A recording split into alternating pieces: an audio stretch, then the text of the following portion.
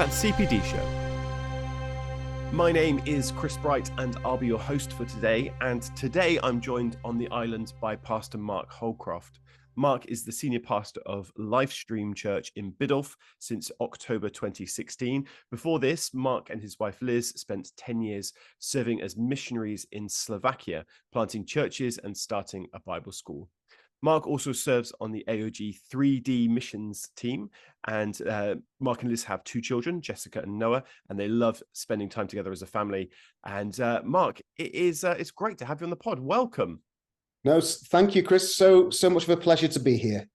Brilliant. Yeah, it is a pleasure. And I guess before we get started, and we're going to talk about dessert, but before that, I'd love to get a little bit of an update on 3D missions. How's that going? Just love to get kind of a little update. Yeah, fantastic. So I've only been on the team. I'm the newest member of the team. I've just been on for just a few months now. My role is to develop missionaries. So it's to create a whole new pathway for missionaries. So we want to send more people out, making a difference across the world. And my job is just to train them and develop them. So yeah, it's great. Wonderful opportunity. Very overwhelming, but loving it. Fantastic. Well, that sounds really, really excited. Love to keep up to date with all of that. Well, we're on a desert island today, which is much better than a desert island, which I don't know why anyone else wanted to have a podcast about a desert island. This is a dessert island. And so we are going to talk about dessert now. And I'd love to talk about, what is your favorite dessert? There was a few I could have chosen from, but I'm just going to go for the old faithful cheesecake. I love cheesecake. It doesn't matter so much on the topping. It can be strawberry, raspberry. It can even be caramel, but it's got to be a cheesecake. Nice thick biscuit at the bottom. Yeah. Okay, so there's lots to dive into on a cheesecake.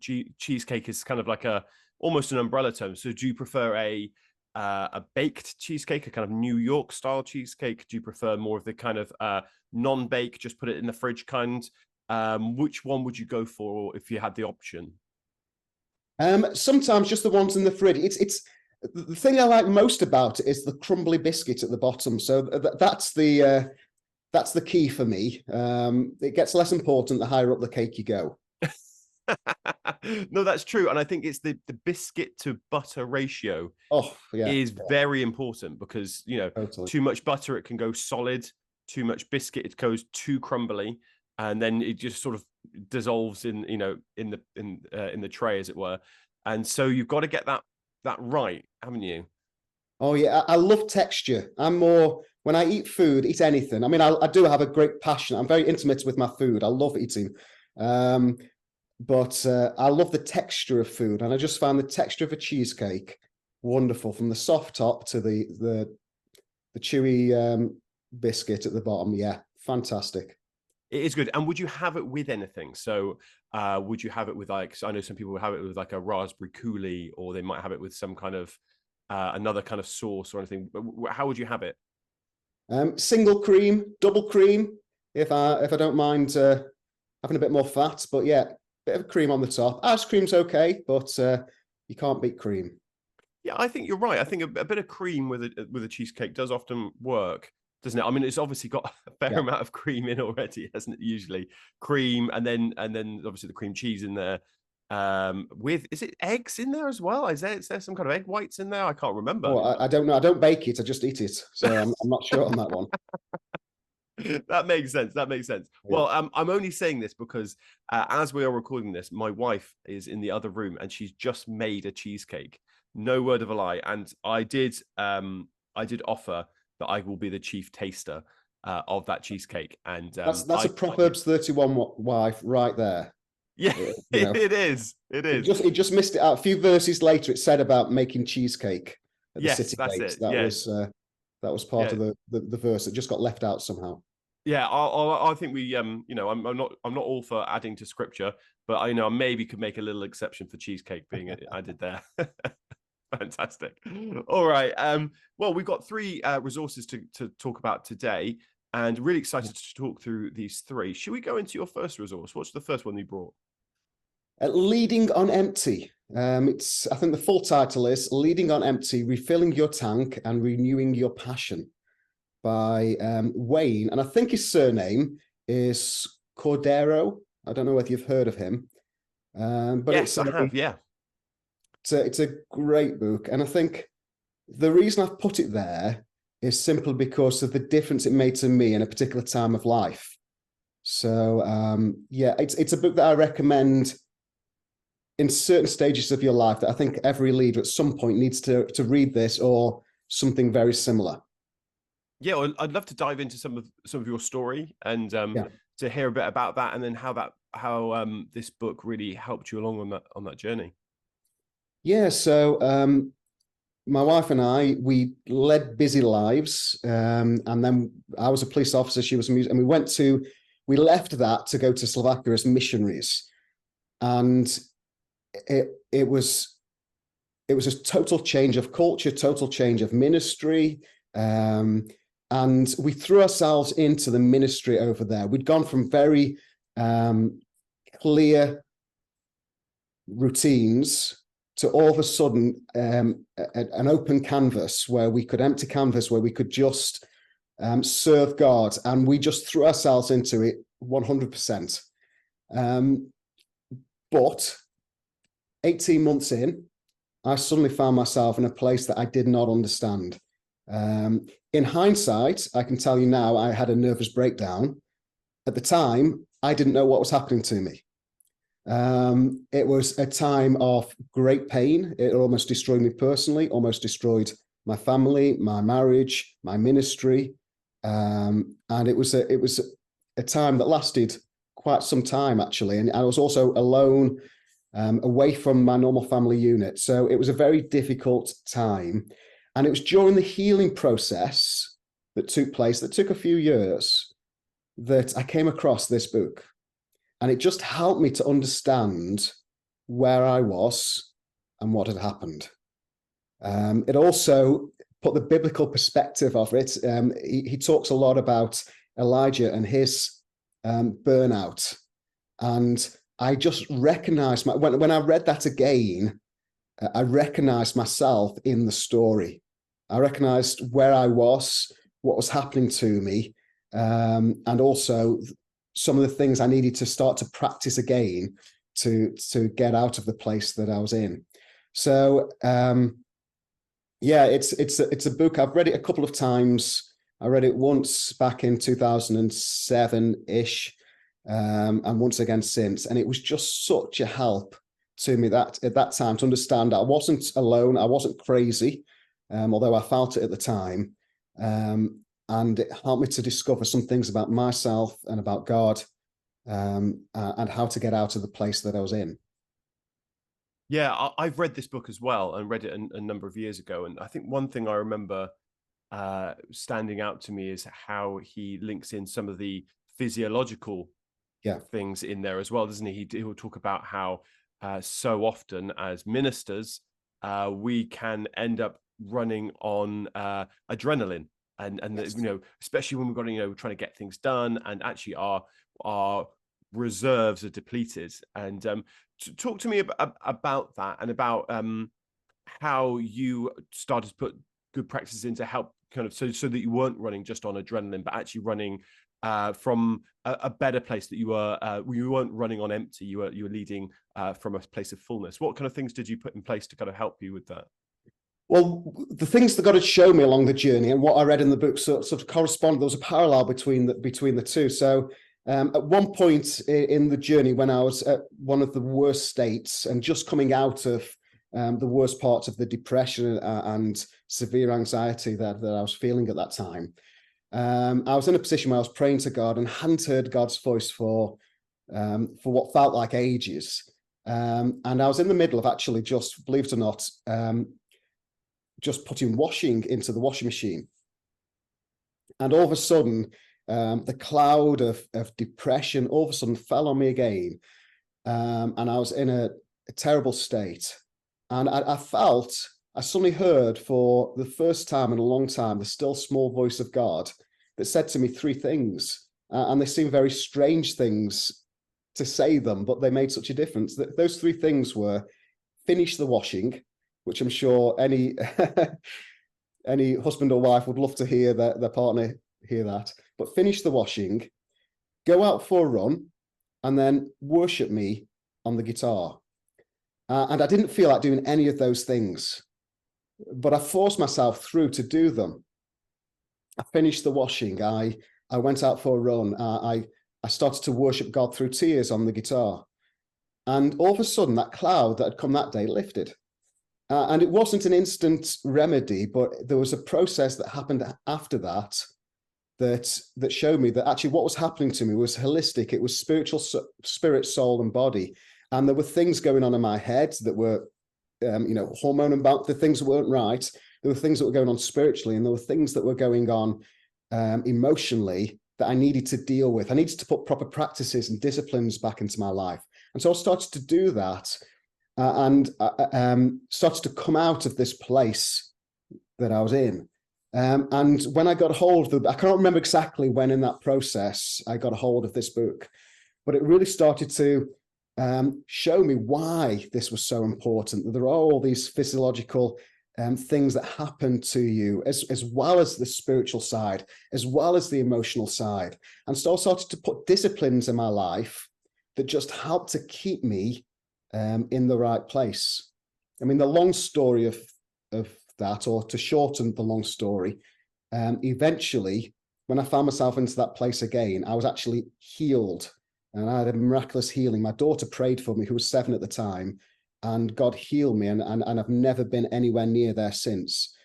But it was reading that book and going through that, what God was showing me as I was going through the process, that I realized that if I was going to go long in ministry, then I needed to put disciplines in my life, disciplines of spending time with my family, disciplines of spending time. It wasn't just about serving God. He wasn't after my just my sacrifice. It was after my obedience. And obedience includes things like starting to exercise again. I'd given it up because I was just doing so much for God. It was things like spending time with those people that were important in my life. It was making sure that devotion took priority over the giving out in ministry. And it was these things that this book was also talking about. And Wayne's journey was along a parallel journey, that I realized the true importance of all of that. So yeah, I think these were the things that came out to me in the story. I think it's fascinating how I think that Protestant work ethic really does run deep, especially for ministers, and we have that sense, there's that sense of call and that sense, and there's the mission and the need, and for every minister, that is something that is very apparent. And yes, it can be so tempting to say, the mission is so big, I've just got to keep going and keep going and keep going. Yeah.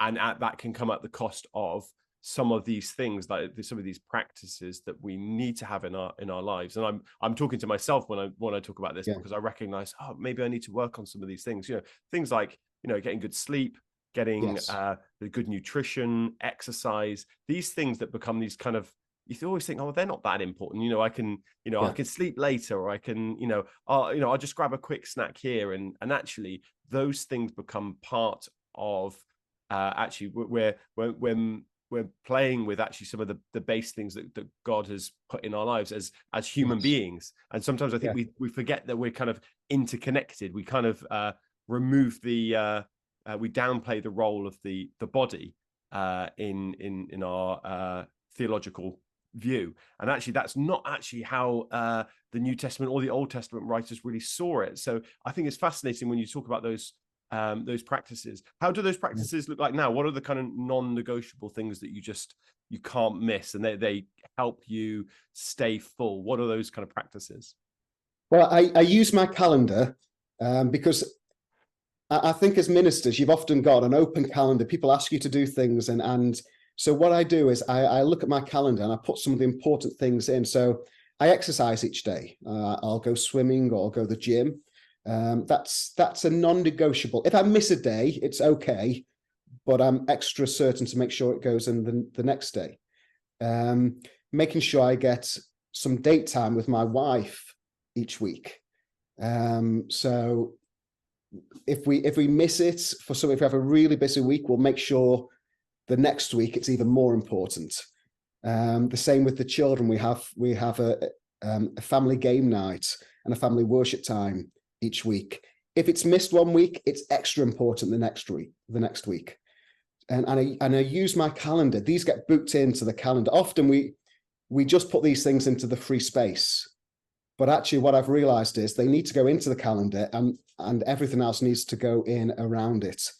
So I do a lot of using my calendar to safeguard some of these important things. And then actually after that, I can work 50, 60 hours a week and I don't feel worn out. I don't feel, because I know I've got the things that fill me up, the things that fill me up physically, emotionally, spiritually. So my devotions in there, they're in there. And when I'm filled up, I can work longer, I can work harder, I'm okay. But I need to make sure those are in the diary first. Oh, that's really, really good. And I think this book, Leading on Empty, is really helpful for any minister. I think it's probably a great book for any minister to read and to regularly read and go through it, because you have something where you're reminding yourself that, you know, you're not Superman or Superwoman. You know, you are a human being that needs to make sure that they're not leading on empty. And so I think this book's a really helpful one for that. So that's Leading on Empty by Wayne Cordeiro. Should we move on to your second resource? Yeah, a strange choice, really, in many ways, because it's a book that I disagree with large parts of it. But that's particularly why I've chosen it, because I think so often we can just read things that encourage our current viewpoint and rather than challenge us. And this book is called Across the Spectrum, Understanding Issues of Evangelical Theology. And it's written by two authors, Greg Boyd and Paul Eddy. And in this book, they go through things like all the debates that you get within theology, especially in the evangelical side of theology. So things like, is the Bible inerrant or infallible? And what do those terms really mean? The providence debate, you know, how much of what we live is already fixed in stone, and how much choice do we get? How literally do we take Genesis? What about women in ministry? The once saved, always saved. All these sort of things are up for debate in this book. And so it doesn't matter what you believe, you'll disagree with at least half the book. But that's the wonderful thing about it, because it puts it across in a way that just helps you to understand why other people think the way they do. Not just from a practical perspective, but also a biblical perspective as well. And it's just given me a greater understanding to work with people that I'm not fully aligned with. And I know my boundaries. I know why I believe what I believe, but I don't think these people are crazy or heretics because they believe differently to me. There's some things I believe strongly about. I'm an AOG pastor. I'm AOG through and through. But I start to understand why author Christians think differently to me, and it just helps me. It helps me to have informed debate as well, not to be coming from a place of ignorance, and to do it from a place of understanding. So yeah, that's been a main. I would also just sneak in there anything by N.T. Wright, just has also helped me to have a bigger perspective of somebody coming from a different background than my AOG Pentecostal background. And it's just helped me to understand the different ways that people think. So yeah, I'd recommend that book, really just to help to not just expand your mind, but help you to have empathy and understanding for people you may disagree with. When we created CPD for ministers, we started putting on a lot of books there are lots of books that you can find and research, and so that if you want to find ideas for books, you can find them. And we deliberately didn't actually sort of cap them around what AOG believe. Because actually we need ministers to be thinking about, like you said with this book here, about, well, what do I believe on something? And actually sometimes reading things about what you don't believe, and actually because you can learn a whole lot from lots and lots of different books. And so it's really, I think it's very important for ministers to be engaged with authors that maybe they don't agree with, because actually it's helping them to sharpen the skill set that they have and understand why they believe what they believe. I think very really important in this today's society is not just knowing what you believe, but knowing why you don't believe the opposite, and actually having it thought through well, and actually recognizing that sometimes there's a little bit of interplay, and recognizing that sometimes it's not so clear cut on some issues, especially those kind of non-essential. There's a lot of non-essential issues I think traditionally a lot of Christians get hess up about, and actually that it can help you appreciate sometimes that there's a bit of a there's a Christianity can be a wider field than just the narrow band that we've grown up with, and that's helpful. It doesn't mean that what we believe as Assemblies of God isn't important. Of course, it really, really is. Totally. But it gives you that understanding and respect for different traditions within Orthodox Christianity. Is there anything that particularly in that book that you really wrestled with, or that made you rethink what you believed and maybe changed your beliefs at all? I don't know about changed my belief as much as there was areas that I was closed off to that I became a little bit more open to. Even some of the aspects of Calvinism and so on, that I'm not a Calvinist, I'm still not a Calvinist, but there's certain aspects of it that I understood more, and I was a little bit more open to. So yeah, there's certainly there's a lot of areas, actually. It's hard to pinpoint any one, but there's a lot of areas where I just understand a little bit better. And there are scriptures that actually don't sit fully in my my frame of reference to what I believe right now. And I've still got to take these into account. And it helps me to be that little bit more open for discussion and open to, so I haven't, I'm still AOG through and through. I still believe the fundamental truths. I still, believe we've got a choice in salvation and all of these things, but it just helps me to be a little bit more open, to understand that I don't know everything. In fact, that's the greatest thing. I'm pretty sure about 90% of my theology that I've got it right. I'm just not 100% sure which 90% I've got right. So that just helps you to be a little bit more humble in your theology.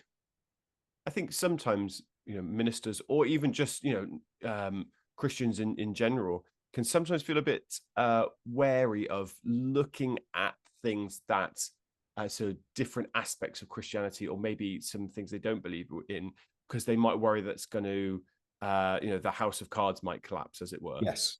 And we've certainly seen that recently with the kind of some of the deconstruction movement. And I'm not saying that in all is bad. I think that it's helping people to understand what they believe. But from that, we've had a number of people that have maybe left the faith and things like that, which is always sad to hear about. For ministers and people thinking about reading this book, are there some things that are just worth noting before they start reading it, just to help them not worry that it's going to sort of shipwreck their faith? Could you speak into that a little bit?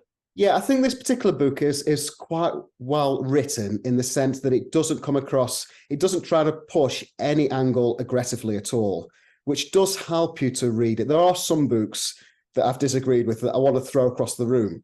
This isn't one of them. So it doesn't challenge your faith in an aggressive way. It helps you to understand why you believe what you believe. So there are areas where you've got to be a little bit careful, but I'm not sure that this book will deconstruct anybody's faith. It just helps you to understand why other people believe what they believe. So yeah, it's not one that I would put a warning label on. I don't think it's going to. I hope I'm not wrong on this, but I don't think it's going to deconstruct anybody's faith. Yeah. It's while they try to be as disinterested as possible when they're writing their arguments. And so you don't, I only actually realized afterwards, after I'd read this, what Greg Boyd, for instance, actually believes. I didn't get it from reading the book because they put both sides so well that you don't get an idea of what the author actually believes. So that does help. I think you've got to go into it knowing, sure of your relationship with God. If you're sure of your relationship with God, I mean, I read this after I'd questioned an awful lot of things and come to a place where I was sure about what I believed and I was sure about my relationship with God. And I think that's the place that you can start to read these things that will just help you to be more empathetic to other people.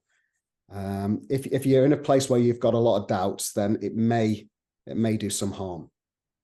Yeah. So that's across the spectrum. I think that sounds like an absolutely fascinating book to read, and probably worthwhile for all ministers to really, think through. And, for people in the congregation, that people have got these questions. And so it doesn't mean that we have to come necessarily with all the answers, but to be well informed, to be able to help pastor our congregations better, I think is always a very good thing. Shall we move on to your final resource? Yeah, I struggled with this one a little bit because I love church history a lot. So there was a lot of church history books, such I'll just fly a few in there, such as Transforming Mission, which really radically changed my view on church history of mission. The Triumph of Christianity, which took church history from a sociological point of view. Fascinating books. But the one that I want to bring up really is How We Got the Bible, because I believe it's so important, by Neil Lightfoot. I think he is Dr. Neil Lightfoot. And I think it's just because, I mean, we've talked about the things before that we can disagree on, but obviously the thing that is central to all of this is the Bible and having trust in the Bible. And I think this book just helped me to understand how we got the Bible. I mean, that's literally what it's called, How We Got the Bible. But it just helped me to have a greater trust in the scriptures that I read, understanding the differences as well between the different versions, such as the NIV and the King James. It helped me to talk to some of my friends who are King James only people, and help me to understand their point of view, but also bring in a little bit of a challenge to their view. So I just thought it was a wonderful book, really, that's helped me. It's a little bit old now. I don't know whether he's done an updated version. It's I get the feeling it's at least a decade old. So I'll have to look for something that's a little bit more updated. But just great, just a great book to really get a grip of the very thing that is at the center of what we believe the Bible. Yeah, and I think this is at the moment, this is a question that is in the congregation. In our congregations at the moment, it's something that is becoming a very important thing for people to understand, because at the moment, especially when we talked already about deconstruction and things like that, and at the moment it's very easy to look at a lot of people are starting to look at the biblical text and saying, well, why should I trust this? Yeah. So could you just dive into some of the maybe some of Neil Lightfoot's points, some of the things that you picked out on it that really helped to give you confidence in how we got the Bible? Well, it's helped some of the critics when you're talking about, they'll often attack obviously the Bible. That's the centerpiece of our faith. So they'll attack that. Things like, well, we haven't got the original scroll, so how do we know what we've got is accurate? There are differences in some of the manuscripts that we've got. So again, how can we know what the original actually says? And I think the way that he explains that is just so incredible, and it's just so reassuring that actually we can be very confident that what we're reading is a good representation of what was originally written. So he'll go into things like all the differences in the manuscripts instead of discrediting them, actually goes to show it's by putting them all together that we can actually be very, very confident that what we have is an accurate representation of what was written. And when you compare that to any historical book, the difference in terms of how sure and certain we can be and how confident we can be in the Bible compared to other books that historians don't normally critique, then we can be certain that what we have is just phenomenally accurate, phenomenally well preserved through the years. And also some of the stories behind how manuscripts were found just helps to give you that certainty. So he will unpack how we got the different kinds of manuscripts when they appeared, where they were hidden for years, and how they compared to some of the other manuscripts that were found earlier but were actually written later. And it just gives you an incredible confidence that yes, what we have, the Bible we have today, is trustworthy. And I think it's so important today, really is so important. So he'll go through all the Greek manuscripts, he'll go through the Latin, and he'll pull together some of the differences, but help to show how that actually helps us to increase the accuracy. And I suppose for me, before I was a missionary, I was a police officer. So one of the things I used to do was look at evidence, collect evidence, look at discrepancies in evidence, and actually bring together a bigger picture. And I know that it's actually through the vast, if you've got more witnesses, you'll have more differences, but you'll actually get a far more accurate story. And, you know, there's so many witnesses to the original text that we can be very confident that what we get is accurate. And I think that's just the overwhelming end result, really, from reading that is, yeah, you can be confident in the Bible. It's well preserved. It's the most historically accurate book in the world. It's interesting because a lot of people may have watched, you know, New Testament scholars like Bart Ehrman, and will, you know, he's someone who's quite famous for questioning the veracity of the New Testament and the scriptures. And but even he admits, you know, I think I remember hearing a quote of his, which he was asked, well, what do you think the original New Testament texts were like? And he said, well, we know what they're like, because even, you know, the variances, and he's a, you know, what would be classed as a intertextual critic. Yes. You know, and he's looking at the differences between them.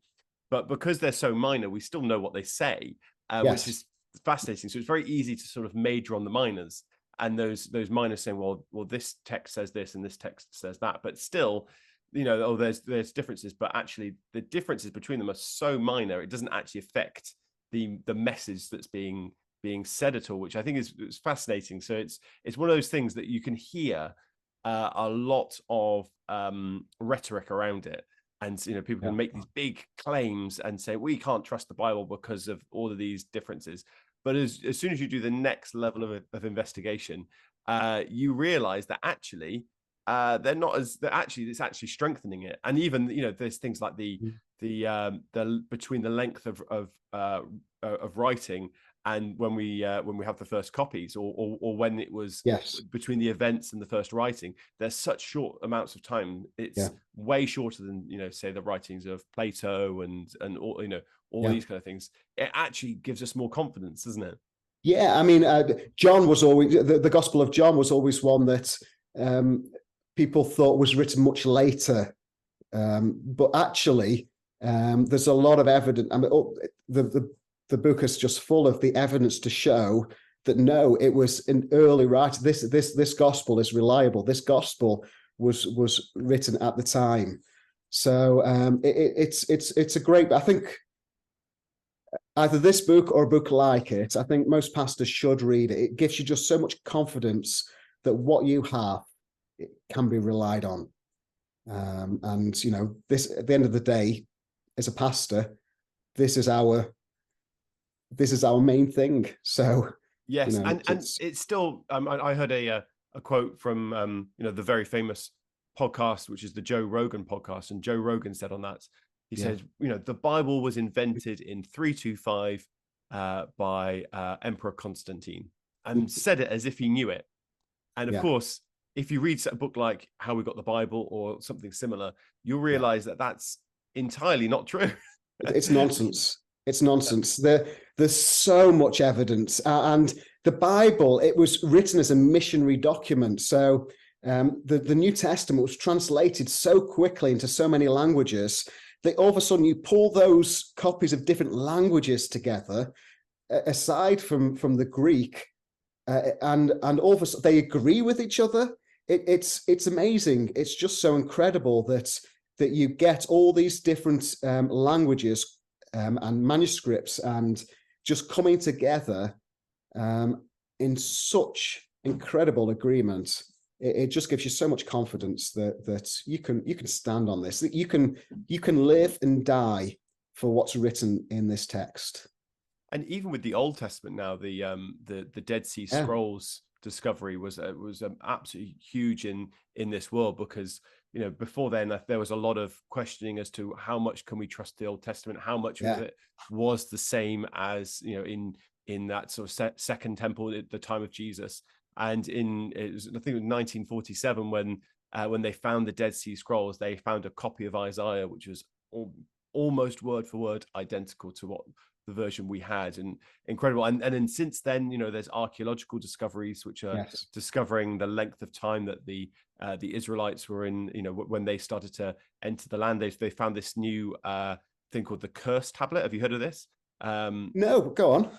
So they found a little tablet about, you can't see it on the podcast, a couple of centimeters, and it's a lead tablet, and it's an inscription with curses on them. But they recognize it. It dates to the time of Joshua, and it links to that Deuteronomy passages about if you do not follow this, then. And so they found this little thing, and they've realized, along with there's an altar from the time of Joshua as well, that they found that in Israel, and they're finding all of these archaeological discoveries which are just showing that actually the Bible that we've got is there's a lot of accuracies. They're finding things in Egypt regarding the Israelites stay in Egypt as well. So there's lots of incredible archaeology and as well, and amazing things. So fascinating. It's so wonderful when it's exciting that these things are actually being found relatively recent. So you mentioned the Dead Sea Scrolls. What are we talking? We're talking 70 years ago these were found. It's just incredible. It's just incredible. And you're right. It was until then there was so much evidence for the New Testament to say this is accurate, but the Old Testament people always questioned that, and all of a sudden these appeared, and they're still being looked at now. We still don't know everything that's in there, and to see this so accurately support the fact that yes, this that we have can be relied on. It's just so exciting. It just shows that God's in this. This is not just a something written by man, that it just couldn't be so, and yet be so well preserved.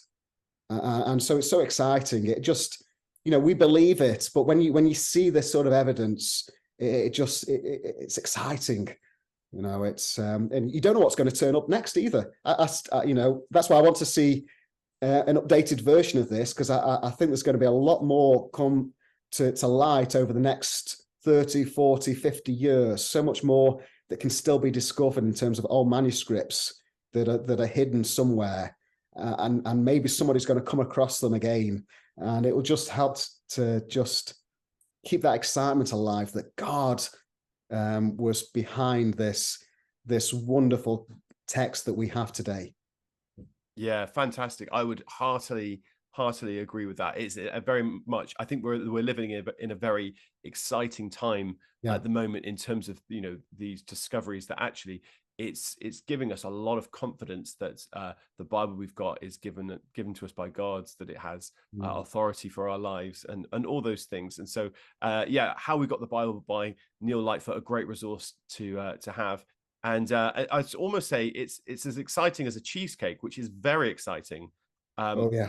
I did hear once someone said to me once that cheesecake is proof of the divine, because how else could someone come up with a concept where cheese is in a dessert? And I think there is something divinely inspired by the cheesecake. And it is an incredible, it sounds a contradiction to say that can be a sweet dessert and so tasty, but it's almost I'll just mention another dessert, bread and butter pudding. There we are. I only had that about 10 years ago because it sounded so disgusting. And my wife convinced me to try it one day. And ever since then, I've realized that bread and butter can actually make a nice dessert. But still doesn't beat cheesecake, though. No, you can't beat cheesecake. No, you can't beat a cheesecake. It's an excellent dessert.